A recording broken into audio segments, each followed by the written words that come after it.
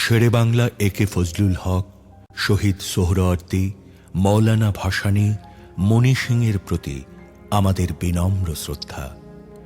আমরা গভীর শ্রদ্ধা জানাই হাজার বছরের শ্রেষ্ঠ বাঙালি জাতির পিতা বঙ্গবন্ধু শেখ মুজিবুর রহমানকে। আমরা শ্রদ্ধা জানাই প্রবাসী সরকারের প্রধানমন্ত্রী তাজউদ্দিন আহমদকে। আমরা শ্রদ্ধা জানাই ৭১ পূর্ব ছাত্র নেতাদের, যারা ৫২, ৬২, ৬৬, ৬৯ গণ আন্দোলনের সৃষ্টি করে বাঙালি জাতির স্বাধীনতা ও মুক্তির সংগ্রামে বঙ্গবন্ধুর পাশে ছিলেন। আমাদের বিনম্র শ্রদ্ধা রইল ৩০ লাখ শহীদ ও ৫ লক্ষ নির্যাতিত মা বোনের প্রতি। আমরা শ্রদ্ধা জানাই বীর মুক্তিযোদ্ধাদের, যারা স্বাধীন বাংলাদেশ সৃষ্টি করতে শহীদ হয়েছেন। আমরা শ্রদ্ধা জানাই লক্ষ লক্ষ মুক্তিযোদ্ধাকে, যাদের বীরত্বের কারণে আমরা স্বাধীন বাংলাদেশ সৃষ্টি করতে পেরেছি। আমাদের গভীর শ্রদ্ধা রইল ৭১ সালের সেই জনগোষ্ঠীর প্রতি, যারা সীমাহীন কষ্ট ও নির্যাতন ভোগ করে মুক্তিযুদ্ধের প্রতি অনুগত থেকে মুক্তিযোদ্ধাদের সর্বাত্মক সহযোগিতা দিয়ে স্বাধীন বাংলাদেশ সৃষ্টিতে ভূমিকা রেখেছেন। এদের সবার কাছে আমরা ঋণী। হাজার বছরের শ্রেষ্ঠ বাঙালি জাতির জনক বঙ্গবন্ধু শেখ মুজিবুর রহমানের কাঙ্ক্ষিত বাঙালি জাতীয়তাবাদী চেতনার বিকাশ, শোষিতের গণতন্ত্র, শোষণমুক্ত বৈষম্যহীন সমাজ, মানবিক মূল্যবোধ, সামাজিক ন্যায় বিচার, সামাজিক অর্থনৈতিক রাজনৈতিক সাম্য প্রতিষ্ঠা করে জনগণকে ক্ষমতার প্রকৃত মালিক করে আমরা এদের ঋণ শোধ করতে পারি। আসুন আমরা আমাদের পূর্বসূরিদের ত্যাগকে স্মরণ করে তাদের নির্দেশিত পথে দেশকে এগিয়ে নিই। জয় বাংলা। আমার নাম হলো মোহাম্মদ নজরুল ইসলাম। আমার আব্বার নাম হলো গফার উদ্দিন মন্ডল। মায়ের নাম হলো সমীরুন্নেসা। মা মারা গেছেন, আমি তখন খুবই ছোট, আমার মায়ের কোনো স্মৃতি আমার নাই। আর আমার আব্বা মারা গেছেন আমি যখন ক্লাস 5-এ পড়ি। তখন আমার চাচা ছিলেন, উনি ডেপুটি ম্যাজিস্ট্রেট ছিলেন। উনি তখন আমাকে মানুষ করেছেন আর কি। স্থায়ী ঠিকানাটা একটু যদি বলেন। স্থায়ী ঠিকানাটা দিনাজপুর ডিস্ট্রিক্টের হাকিমপুর থানার চক বীরভান নামে একটা গ্রামে। আর এখন আমি স্থায়ী ঢাকাতে, শ্যামলী রিং রোডের পাশে বাইতুল আমান হাউজিং সোসাইটির ১ নম্বর রোডের ২৬১ নম্বর বাসা। আমি 1964-এ ঢাকা মেডিকেল কলেজ থেকে MBBS পাস করেছি এবং 1967-এ আমি MPhil করেছি IPGMR থেকে। এই MPhil পরীক্ষায় আমার রেজাল্টটা পাকিস্তানের মধ্যে বেস্ট রেজাল্ট হয়। আমি অনার্স পেয়ে পাশ করি। সেন্ট্রাল গভর্নমেন্টের ইনস্টিটিউট ছিল পাকিস্তানে, সেখানে আমি অ্যাপ্লাই করি অ্যাসিস্ট্যান্ট প্রফেসর অফ ভাইরোলজির জন্য। তারপরে ডিজি সাহেব ইসলামাবাদ থেকে এসে ইন্টারভিউ নেয় কমন স্কলারশিপটা। লন্ডনে সেন্ট থমাস হসপিটাল মেডিকেল স্কুলে ভাইরোলজিতে PhD। যুদ্ধের আগেই এটা হলো। এদিকে আন্দোলন চলত, ইস্ট পাকিস্তানকে ডিপ্রাইভ করা হচ্ছে, এই ব্যাপারে আন্দোলন করছিলাম। আমরা ওই আন্দোলনের মধ্যে শরিক ছিলাম, মিছিলে যেতাম। 1970-তে একটা ইলেকশন হলো, সেই ইলেকশনে বঙ্গবন্ধু বেশি সিট পেয়েছে এবং কথা হলো যে 71-এ মার্চের 3 তারিখে পার্লামেন্ট বসবে, এরকম একটা ডিক্লারেশন দিল প্রেসিডেন্ট ইয়াহিয়া খান। মার্চের 1 তারিখে হঠাৎ বললো যে পার্লামেন্ট বসবে না। সবাই, ইভেন মিনিস্ট্রিতে সেক্রেটারিয়েটের অফিসাররাও নেমে এসেছিল। আন্দোলন হলো, আন্দোলন চলতে থাকলো। 7ই মার্চের ভাষণের ওই সময়টা, 7ই মার্চের ভাষণ যখন দিলেন, এখন যেটা রেস কোর্সের মাঠ বলে সেই মাঠে, এখন এটাকে সোহরাওয়ার্দী উদ্যান, এতে খুব কষ্ট হয়েছে, হেঁটে হেঁটে গেছি তো। ওখানে শুনলাম বঙ্গবন্ধু বক্তৃতা দিচ্ছেন। আপনারা তো সবাই জানেন এবারের সংগ্রাম, স্বাধীনতার সংগ্রাম, এবারের সংগ্রাম আমাদের মুক্তির সংগ্রাম। আমি বঙ্গবন্ধুকে দেখলাম আর কি। তারপরে এটা শোনার পরে আবার আমরা চলে গেলাম। তো 7ই মার্চের পরে আলোচনা শুরু হলো না, বঙ্গবন্ধুর সঙ্গে আলোচনা করলেন। আলোচনা হচ্ছে। আর এদিকে প্রত্যেক দিন 2টা করে প্লেন আসে মানে ওয়েস্ট পাকিস্তান থেকে। সেই প্লেন ভর্তি করে এক সাইজের লোক নামে। তখন একে খন্দকার বলে আমাদের এয়ারফোর্সে আমাদের বাঙালি এক অফিসার ছিলেন, উনি পরে মুক্তিযুদ্ধের সময় ডেপুটি চিফ অফ স্টাফ ছিলেন, মানে ওসমান হিসেবে পরে। ওনার বইয়ে পড়েছি এগুলো সমস্ত পাকিস্তানি আর্মি। এই করতে করতে 1971-এর 25শে মার্চ 11টার একটু আগে আমি তখন মহাখালী পাবলিক হেলথ ইনস্টিটিউট কোয়ার্টারে থাকি। ওই সামনে দিয়ে রেল লাইন গেছে, ওখানে গটগট করে শব্দ হচ্ছে। একটা ছেলে আমাদের টেকনিশিয়ান দৌড়ে আসে, বললো রাস্তা দিয়ে ট্যাঙ্ক যাচ্ছে। আমরা দৌড়ে গেলাম, যাই দেখলো হ্যাঁ ঠিকই ট্যাঙ্ক নামতেছে, শহরের দিকে যাচ্ছে। একটু পরে গোলাগুলি শুরু হলো। সে গোলাগুলি সাংঘাতিক গোলাগুলি, সারা রাত গোলাগুলি চললো পাবলিক হেলথ ইনস্টিটিউটের ভিতরে। আমরা তারপরে 25শে মার্চ স্টার্ট শেষ হয়ে গেল, 26শে মার্চ এদিকে রেডিওতে বলে দিয়েছে কারফিউ। 26শে মার্চ তো আমরা আসি, 26শে মার্চ সারা দিন গোলাগুলি হলো। তারপরে 27শে মার্চ সকালবেলা 3 ঘন্টার জন্য কারফিউ। আমি হেভি ট্যাক্সি করে আসলাম নিউ মার্কেটের এখানে, কারণ আমার শ্যালক মাসুদ আহমেদ রুমি, উনি মুক্তিযোদ্ধা ছিলেন। ওরা ওই ইকবাল হল, তখন ওটার নাম হয়েছে সার্জেন্ট জহুরুল হক, ওইখানে তারা ছিল। আমি ওই নীলক্ষেতে লেপ্তসুখের দোকানের একতলা বিল্ডিং, তো তার ছাদের মধ্যে উঠে দেখলাম যে হ্যাঁ কিছু ডেড বডি ওরা জমা করে রেখেছে, কিন্তু ওখান থেকে তো দেখে উপায় নেই, চেনার উপায় নেই। এদিকে কারফিউ তো শেষ হয়ে যাচ্ছে, আমরা চলে আসলাম। আবার বাসায় আসলাম। বাসায় আসে বিকালের দিকে আমাদের ওখানে একটা মসজিদ আছে, বেড়ার ঘর দিয়ে মসজিদ। সেই মসজিদের সামনে আমি দাঁড়িয়ে আছি 3:30 পৌনে 4টার দিকে।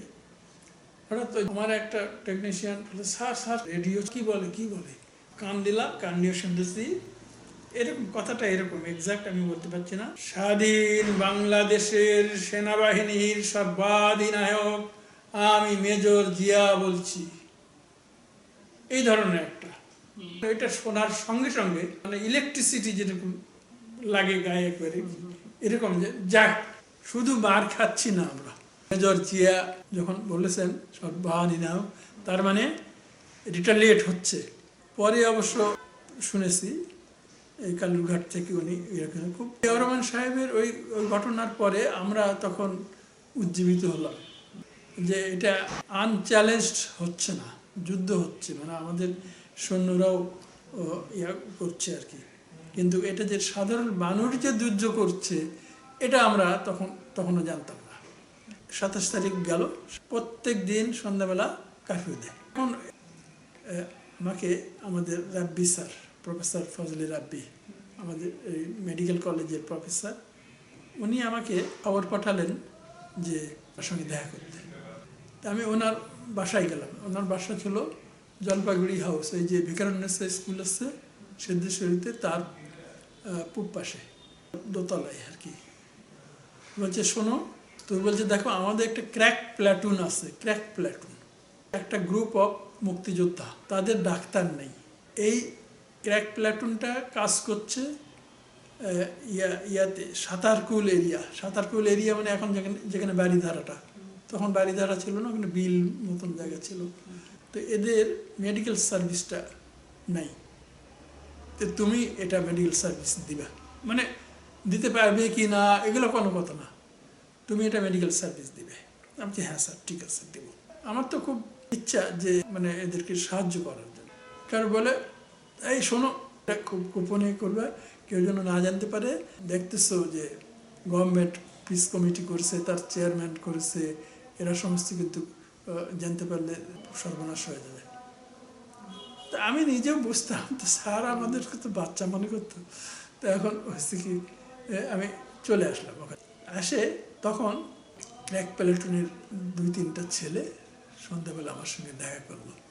তেমন কিছু ছিল না, মেডিকেল যে ইয়েটা কিছু ছিল না, তো গোলাগুলি হয় না, ইঞ্জুরি হয় না, কিছু না। একদিন রাত্রেবেলা শুধু একটা ছেলের পায়ে বাঁশের খোঁচা, ওরা খালি পায়ে ঘুরে বেড়াতো, হ্যাঁ, বাঁশের খোঁচা, মানে একটা চোখা বাঁশের খোঁচা লেগে পায়ে ইঞ্জুরি হয়েছিল এবং ওখান থেকে কাদা মতো ছিল, ওখানে পাটা ধুয়ে টুয়ে আসতে আসতে আমরা পাবলিক হেলথ ইনস্টিটিউটের একটা উইং ছিল, সেখানে সমস্ত ভাঙা টেবিল চেয়ার এগুলো সমস্ত ছিল। ওইখানে আমার একটু জায়গা করে আমরা ভিতরে একটু জায়গা করেছিলাম, ওখানে নিয়ে আসা হলো। অনেক ব্লিডিং হয়েছে, আমি তো দেখতেছি একেবারে নিস্তেজ হয়ে গেছে ছেলেটা। এখন তো ব্লাড দিতে হবে, ব্লাড দিব কেমন করে? তা আমাদের পাবলিক হেলথ ইনস্টিটিউটের ওখানে একটা ছোট্ট ডিসপেন্সারি মতন ছিল আমাদেরই, ওই টিসিডিসি ইএসআর হিমোগ্লোবিন একটা ব্লাড টেস্ট হতো। তো ওখানে ইএসআর ফ্লুইড নিয়ে ক্রস ম্যাচ করে আমি 12-13 জন ছেলে আর কি ভলেন্টিয়ার আসলো, 12-13 জনের টেস্ট করে 3-4 জনের আমি দেখলাম ম্যাচ করেছে আর কি। আমাদের ওখানে আইভি ফ্লুইড ইউনিট বলে একটা ইউনিট ছিল, সেখানে আমাদের ব্লাড ব্যাগ এগুলো তৈরি হতো।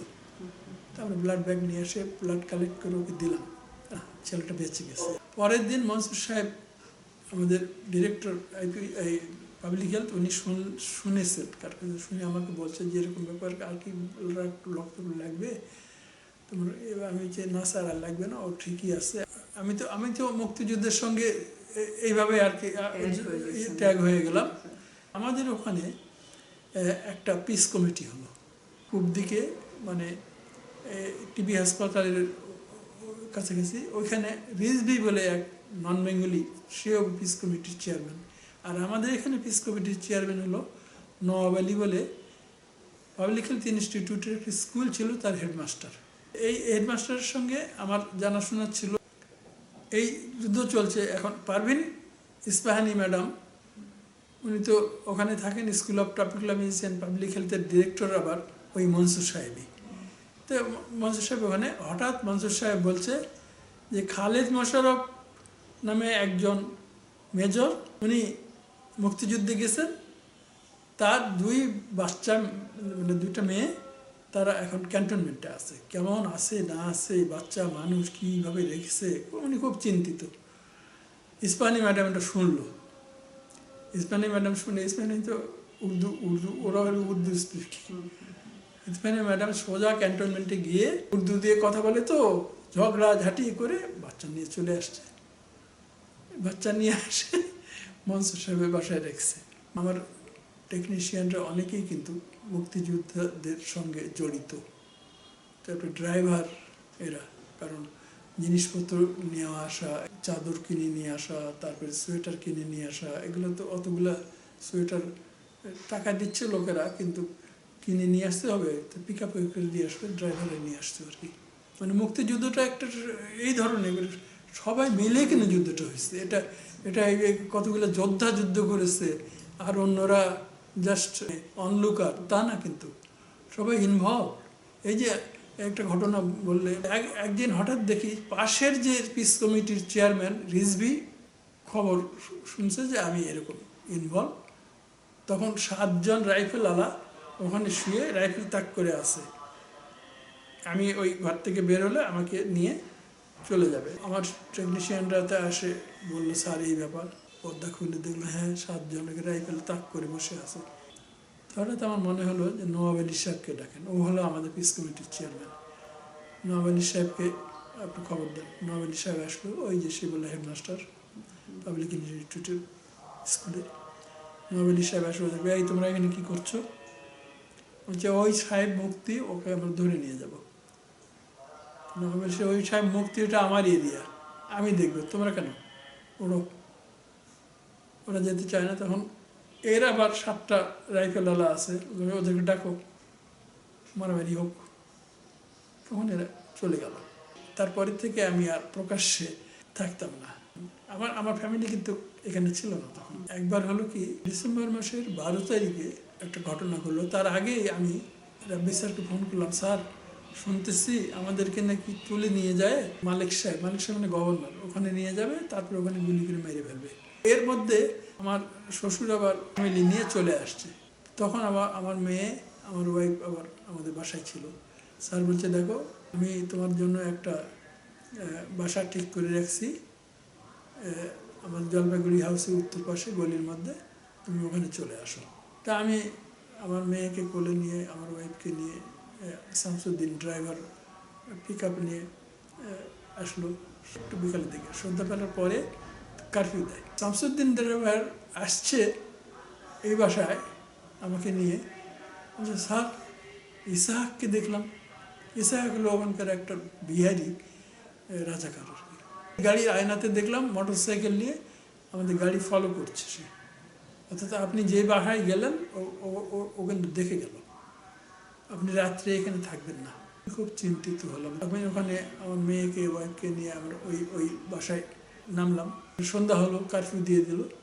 দেখতে একটা রিক্সাওয়ালা সোহানবাগ মসজিদের ওখানে আসলাম। 28 নম্বর রোডে ছিলেন আমার খালি শ্বশুর। রিক্সা নিয়ে খালি শ্বশুরের বাসায় গেলাম না। রিক্সাওয়ালা ভাড়া দিচ্ছে 500 টাকা। ওই ভাড়া নেবে না, বলছে ভাড়া লাগবে না। কেন কেন? আজকের কামাই আমি করে ফেলেছি, আপনি এত কষ্ট করে নিয়ে আসলেন। না স্যার, আপনি আমাকে দোয়া করবেন বলে সাত করে চলে গেলাম 12 তারিখ ডিসেম্বরের। তখন এই 8:30টার দিকে, তখন তো এইসব ফোন ছিল না। তখন রাব্বি স্যারকে ফোন করলাম, স্যার আমি কিন্তু ওখানে উঠছিলাম, এই ঘটনা ঘটছে, তারপরে আমি চলে আসছি, এই হলো, আমি কিন্তু এখানে আসি সময়। স্যার আপনি যাবেন না, আপনি বাসায় থাকবেন? হ্যাঁ, আমার সুটকেস গোছানোই আছে। আমরা থাকলাম ওখানে ওই বাসায় 12 তারিখ, 13 তারিখ, 14 তারিখ, 15 তারিখ, 16 তারিখে। আমরা প্রত্যেকের সন্ধ্যাবেলাতে কারফিউ দেয়, অন্য সময় উঠি টুটি এদিক ওদিক যাই, পাবলিক হেলথ ইনস্টিটিউটে অফিস করি, এগুলো করি। 16 তারিখ সকালবেলা উঠে দেখি লালমাটিয়া পানির ট্যাঙ্ক আছে না, সে ট্যাঙ্কের মাথায় বাংলাদেশের ফ্ল্যাগ।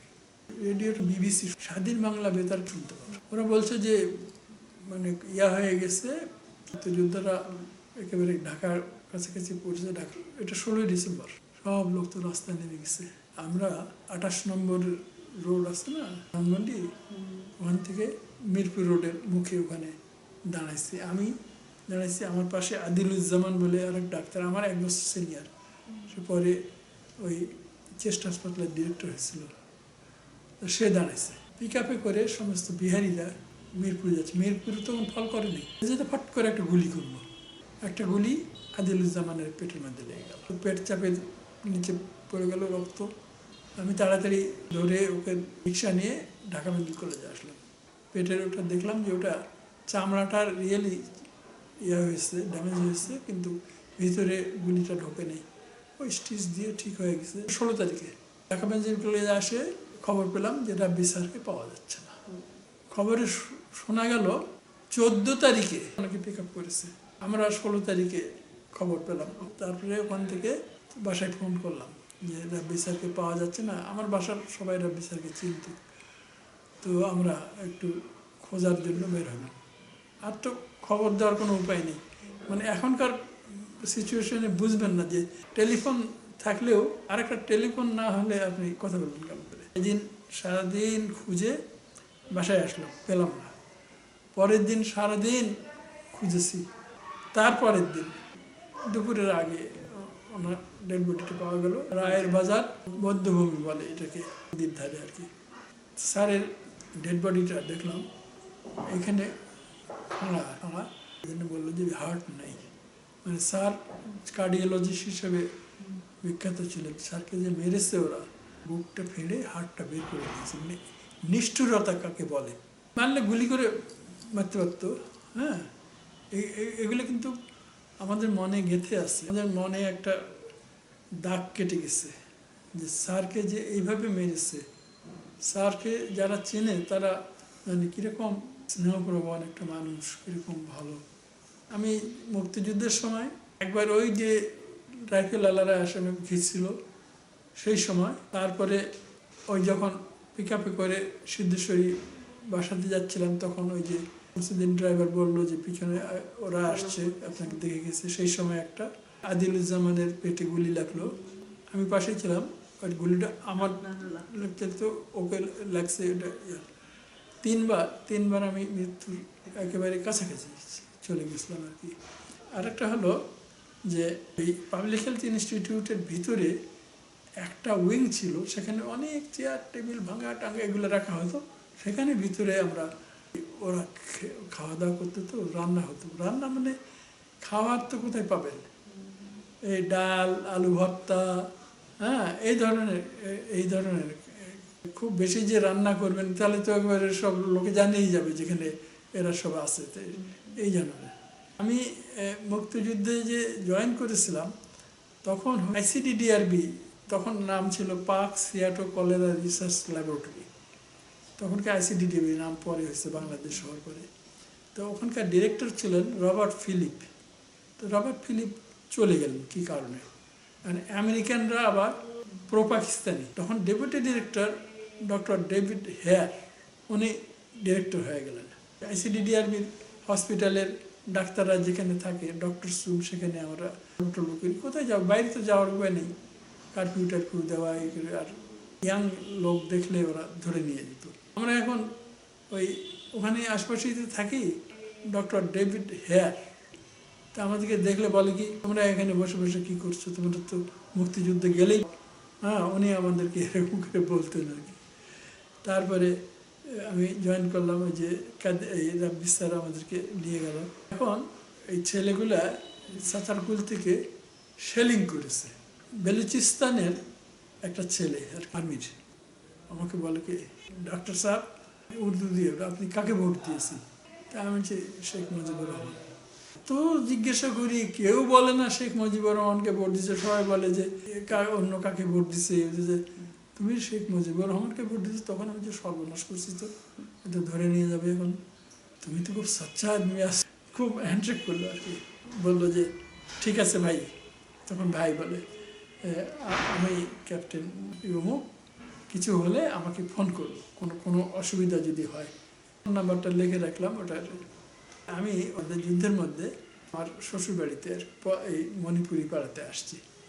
মণিপুরি পাড়াতে আসে দেখি একটা লোক, আর্মির লোক, ভ্যানে করে আসে, একটা বিরাট বস্তা নিয়ে আসে, বাসার মধ্যে ঢুকে ছোট ছোট সমস্ত জিনিসপত্র নিয়ে বস্তার মধ্যে ঢুকাচ্ছে। এখন কি করবে, আর্মির লোক। তখন হঠাৎ মনে হলো যে ওকে আমি ওই পাশের ঘরে যাই, আমি ওই ফোনটা করলাম। মিনিট 5-7 পরে দেখি গাড়ি চলে আসছে, 3টা, একটা জিপ আর 2টা এমনি। আমাকে দেখলো, দেখে আসসালামু আলাইকুম, ওয়ালাইকুম সালাম, তারপরে ঢুকে ওই আর্মির লোকটাকে ধরে নিয়ে গেল, আর এগুলো সমস্ত রেখে গেল। আরেকদিনের ঘটনা বলি। আমি আমার শ্বশুর বাসার ওখানে এয়ারপোর্ট রোড এখন তো যেরকম একেবারে এই উপরে মানে মেট্রো রেল করে টোরে অন্যরকম হয়েছে, আগে কিন্তু খোলামেলা ছিল। তো ওখানে কতগুলো বিহারি ছেলে, এত বড় রামদা নিয়ে, এই 3-4টা ছেলে রাস্তাতে যাচ্ছে, একে কোপ মারতেছে, ওকে কোপ মারতেছে, সব পালায় যাচ্ছে, আমার দিকে রামদাটা নিয়ে ইয়ে করছে। আমি ওখানে ওই একটা ছেলে সাইকেল সারাচ্ছে আর কি। তখন কি হয়েছে, আমি ওই সাইকেলটা তুলে আমি মারার সঙ্গে সঙ্গে, ও তো ওই সাইকেল দিয়ে মারার সঙ্গে সঙ্গে ও দাওটাও নিয়ে পড়ে গেল। পড়ে যাওয়ার পরে তো ওখানে বাঙালি যেসব লোক ছিল আসে ওকে ধরে, আমি তখন আর ওখানে ছিলাম না, আমি চলে আসছি। এই সিচুয়েশন ছিল তখনকার। বাসে উঠলে কথা বলতে পারতাম না, বিহারিরা জোরে জোরে কথা বলছে, আমার চুপ করে আছে, কথাই শুনি। আর একদিন এলিফ্যান্ট রোডের উত্তর দিকে কাঁঠাল বাগান বলে একটা জায়গা আছে, ওখানে কিছু মুক্তিযোদ্ধা লুকিয়ে থাকতো। সাকুরা হোটেলের ওই পাশে নামলাম, নামে দেখি একটা মেয়ে হেঁটে হেঁটে আসতেছে। আমি রাস্তা পার হলাম, দেখি আমার সঙ্গে রাস্তা পার হলো, কাঁঠাল বাগান আসছি। আসে বলছে শোনেন না, আমাকে একটু থাকার জায়গা দিতে হবে। মানে আমি এখন কোথায় যাবো? মানে কেন, আপনি কোথা থেকে আসছেন? বলছি মহাখালী থেকে আমি আসছি, আমি নামছি, কিন্তু এখন তো কাউকে চিনি না। তা আমাকে দেখে ইয়ে করলো, ঠিক আছে আসেন। আমার এক বন্ধু ওখানে ছিল আর কি, কাঁঠাল বাগানে ওখানে। তো কোথায় যে রাত্রেবেলা ওখানে আমরা থাকলাম। ওই মেয়েটা, ওই বাসা ছিল সিদ্ধিরগঞ্জের ওখানে কোথায় যেন। ওখান থেকে ওই মেয়েটাকে নিয়ে গেছে, কিডন্যাপ করার মতো আর কি, মহাখালীর ওখানে কোথায় যেন নিয়ে গেছে। ওখান থেকে সে পালাই আসে বাসে উঠছে। পরের দিন সারাদিন থাকলাম। ওই ফোন করেছে ওর বাসার থেকে বলেছে, তুমি আমাদেরকে আর ফোন করবে না, তুমি মরে গেছো। ওদেরই মেয়ে, কিন্তু বন্ধুর একটা ভাই ছিল, সে আবার এতে ঢাকা ইউনিভার্সিটিতে পড়তো। সে আর কি ওকে দেখে, এটাকে দেখে পছন্দ হয়েছে। সেই ছেলেটা ফাও, FAW, ওয়ার্ল্ড ফুড অর্গানাইজেশন বা এই ধরনের একটা অর্গানাইজেশনে পরে চাকরি পেয়েছে আর কি, মানে স্বাধীনতার পরে। তারপরে এই মেয়েটাকে নিয়ে গেছে আর কি, একসঙ্গে নিয়ে গেছে ইটালিতে। তারপরে আমরা জানি না, অনেকদিন পরে দেশ স্বাধীন হওয়ার পরে আমি তো বিলাত চলে গেলাম, 72-তে আমি বিলাত চলে গেছি। ওখান থেকে ফিরে আসে আমি যখন এখানে প্রফেসর আর কি, অ্যাসোসিয়েট প্রফেসর IPGMR-এ, তখন ওরা আসছিল। ওরা আসে খুঁজে খুঁজে খুঁজে খুঁজে আমার কাছে আসছে। ওই ছেলেটা পরিচয় দিল, তখন আমি চিনলাম। মেয়েটাকে নিয়ে আসছে ওয়াইফ। তো আমি বললাম যে তুমি কি পরে তোমার বাবা মায়ের ওদিকে খোঁজ করছিলে? বলছে না, আমি আর ওদেরকে খোঁজ করি নাই।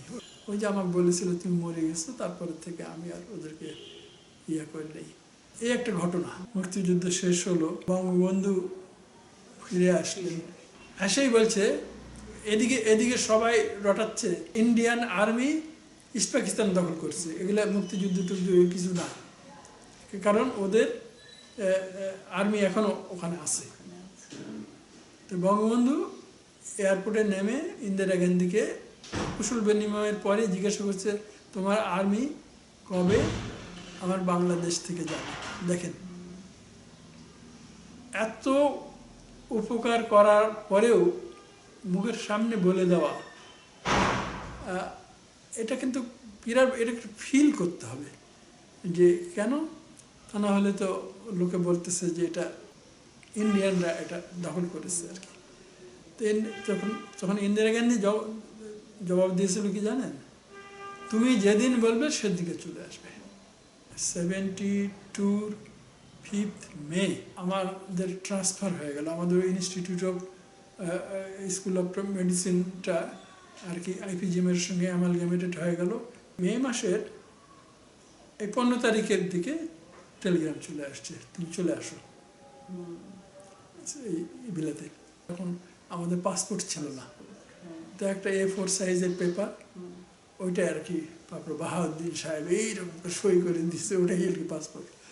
তারপর ওটা নিয়ে আমি গেলাম এবং 1 জুন 1972-তে আমি লন্ডনে পা দিলাম। সেপ্টেম্বরের দিকে আমার ওয়াইফ এবং আমার মেয়ে চলে গেল। আমি ওখানে আছি, PhD হয়ে গেছে 1977-এর নভেম্বর মাসের 6 তারিখে ঢাকায় পৌঁছলাম। Associate professor of virology, department of microbiology, IPGMR appointment আসলে হবে না এখানে। মুক্তিযুদ্ধে যতটুকু কি করেছি জানি না, তো আপনি বিশ্বাস করেন আর না করেন, আমি আমার দেশকে ভালোবাসি। আমার দেশের একটা বাচ্চা হলো, সে তো ভালো মানুষ খারাপ মানুষ কিছু হয়ে জন্ম না, সে একটা একটা সেই বাচ্চাগুলোকে যদি আমরা মানুষ করতে পারি, তাহলে আমাদের দেশ ভালো হয়ে যাবে। শুধু আমাদের তাদেরকে মানুষ করতে হবে এবং নির্মোহভাবে, আমার আত্মীয় সেই জন্য তাকে এই করতে হবে, আমার সঙ্গে ঝগড়া আছে সেই জন্য তার এই করা লাগবে, এইভাবে না, নিয়ম মানে চলতে হবে। আমাদের দেশটা চালাবার সবচেয়ে ভালো বুঝে একটা SOP, স্ট্যান্ডার্ড অপারেটিং প্রসিডিওর আছে। একটা লোকের যদি টাইফয়েড, আমি যে ডাক্তার এক্সাম্পল দিচ্ছি, একটা লোকের টাইফয়েড হয়, সে যদি BNP করে তার যে চিকিৎসা, সে যদি জামাত করে তার একই চিকিৎসা।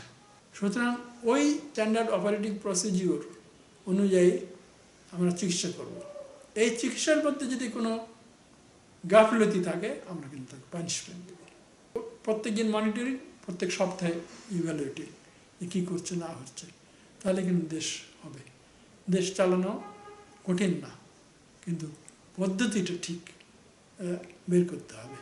স্যার, নতুন প্রজন্মকে আপনি কি বলেন? নতুন প্রজন্মকে আমার পার্সোনাল ওপিনিয়ন হলো, আমাদের এখানে একটা বাচ্চা হলো, চিকিৎসা, শিক্ষা, খাদ্য এবং বস্ত্র, এই 4টা জিনিস একেবারে ফ্রি। একটা বাচ্চার খাদ্য অ্যাসিওর করতে হবে, শিক্ষা অ্যাসিওর করতে হবে এবং চিকিৎসা অ্যাসিওর করতে হবে। আমাদের এসেনশিয়াল সব জিনিস, একটা হলো খাদ্য, স্বাস্থ্য, শিক্ষা আর বাসস্থান। এই 4টা জিনিস অ্যাসিওর করতে হবে।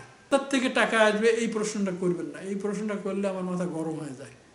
আমাদের কিছু হোক না হোক, আমরা মস্ত বড় একটা 100 তলা বিল্ডিং করব, ওই দিকে আমাদের একেবারে খুব চিন্তা। কিন্তু প্রত্যেকটা লোক খেতে পাবে, প্রত্যেকটা লোক চিকিৎসা পাবে, প্রত্যেকটা লোক শিক্ষা পাবে, এইটাতে আমাদের যত টাকায় লাগে আমাকে ডাইভার্ট করতেই হবে, যেখান থেকে হোক। তারপরে স্ট্যান্ডার্ড অপারেটিং প্রসিডিওর ফলো করে প্রত্যেকটা জিনিস চলবে। যদি না চলে পানিশমেন্ট দিতে হবে, কোনো এক্সেপশন নাই। তারপরে সবার তো মেধা এক না, কম্পিটিশন হবে, যে যা পাবে তাই পাবে। কিন্তু বেসিক জিনিসের কোনো ঘাটতি নেই। একটা গরিব মানুষের যদি হার্টের অপারেশন করতে হয়, সে বিনা পয়সায় অপারেশন করবে। মানে যে চিকিৎসাটা আমাদের বাংলাদেশে অ্যাভেলেবল, সেই চিকিৎসা সে বিনা পয়সায় পাবে। আমাদের এখানে একজন ক্ষমতাশালী লোকের কিছু হলে সিঙ্গাপুরে যায় চিকিৎসা করতে। ক্ষমতাশালী বলে অনেক ক্ষমতা, টাকা পয়সার ক্ষমতা আছে, এমনি ক্ষমতা আছে চিকিৎসা করে। তাহলে কি হবে, আমাদের এখানে চিকিৎসা ডেভেলপ করবে না, তার ইন্টারেস্ট থাকবে না। ওই চিকিৎসাটা কিন্তু আমাদের সবারই প্রাপ্য। এটা হলো আমার ফিলিংস আর কি। 30 লক্ষ শহীদ ও 5 লক্ষ নির্যাতিত মা বোনের সম্ভ্রমের বিনিময়ে আমরা স্বাধীন। লক্ষ লক্ষ মুক্তিযোদ্ধা বীরত্বের সাথে যুদ্ধ করেছে বলে আমরা স্বাধীন। হাজার হাজার যোদ্ধা বীরত্বের সাথে যুদ্ধ করে শহীদ হয়েছে বলে আমরা স্বাধীন। কোটি কোটি লোক আমাদের সমর্থন করতে গিয়ে অবর্ণনীয় দুঃখ কষ্ট সয়েছে বলেই আমরা স্বাধীন। হাজার বছরের শ্রেষ্ঠ বাঙালি জাতির জনক বঙ্গবন্ধু শেখ মুজিবুর রহমানের কাঙ্ক্ষিত বাঙালি জাতীয়তাবাদী চেতনার বিকাশ, শোষিতের গণতন্ত্র, শোষণমুক্ত বৈষম্যহীন সমাজ, মানবিক মূল্যবোধ, সামাজিক ন্যায় বিচার, সামাজিক অর্থনৈতিক রাজনৈতিক সাম্য প্রতিষ্ঠা করে জনগণকে ক্ষমতার প্রকৃত মালিক করে আমরা এদের ঋণ শোধ করতে পারি। আসুন আমরা আমাদের পূর্বসূরিদের ত্যাগকে স্মরণ করে তাদের নির্দেশিত পথে দেশকে এগিয়ে নেই। জয় বাংলা।